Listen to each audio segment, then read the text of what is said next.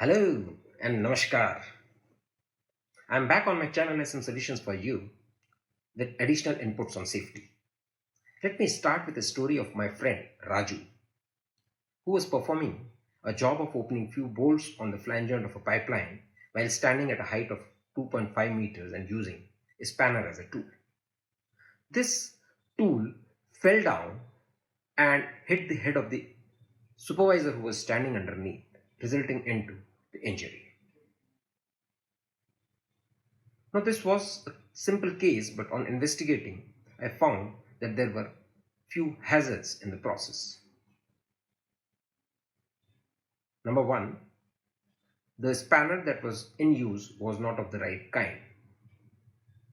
Number two, the supervisor was standing underneath the height job. Number three, the supervisor was not wearing safety hat. Number four, the hazards were not communicated properly. And number five, the hazards were not addressed properly. Friends, as per the ILO estimates, every year more than 2.3 million people, men and women, die because of the occupational accidents worldwide. Over and above, more than 300 million workers face the occupational accidents resulting into serious injury or illness. Now, this number is not a small number, it's quite alarming, and that's why I thought let me bring to you 7 basic general industry safety rules. Number 1, keep work areas clean. Proper housekeeping can go a long way in preventing injuries. Injuries resulting from slip, trip, falls such as lacerations, strain, sprain, etc. can be reduced by keeping your work areas organized and clean. Number 2, use proper tool for the job. Avoid the first impulse of using whatever tool or the object that is available to get the work task done. Using the wrong tool for the job can result into injury or damage to the tool, which can result into injury in future. Number 3, always wear proper PPE for the work task. The lack of PPE or improper use of PPE leads to injury in the workplace. PPE is the last line of defense when protecting yourself from the hazards of your workplace.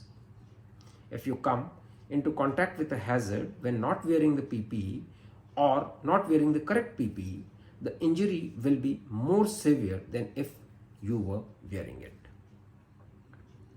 Never work on live equipment. Now, working on energized equipment is an unsafe act and can result into serious injuries or fatalities. Always follow proper lockout-tagout procedures prior to performing any kind of maintenance on the equipment. Number 5, make sure chemicals are labeled properly. Improper labeling and storages can lead to lot of injuries and property damage resulting from fires, reactivity hazards, corrosions, etc. Number 6, communicate hazards to other personnel. Never be under an assumption that the co-worker understands the hazards of a task, especially if they are new to the task. The work plans changes or the conditions change.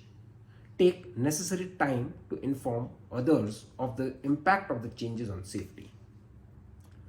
Number 7, stop work when needed to address the hazards. Always stop work to take time to get the hazards addressed to make it safe to continue the task. If you have required to involve other personnel like a supervisor, or you need to take time to get the right tool for the task, always take time to do so. That's it. Thank you and have a safe working days ahead.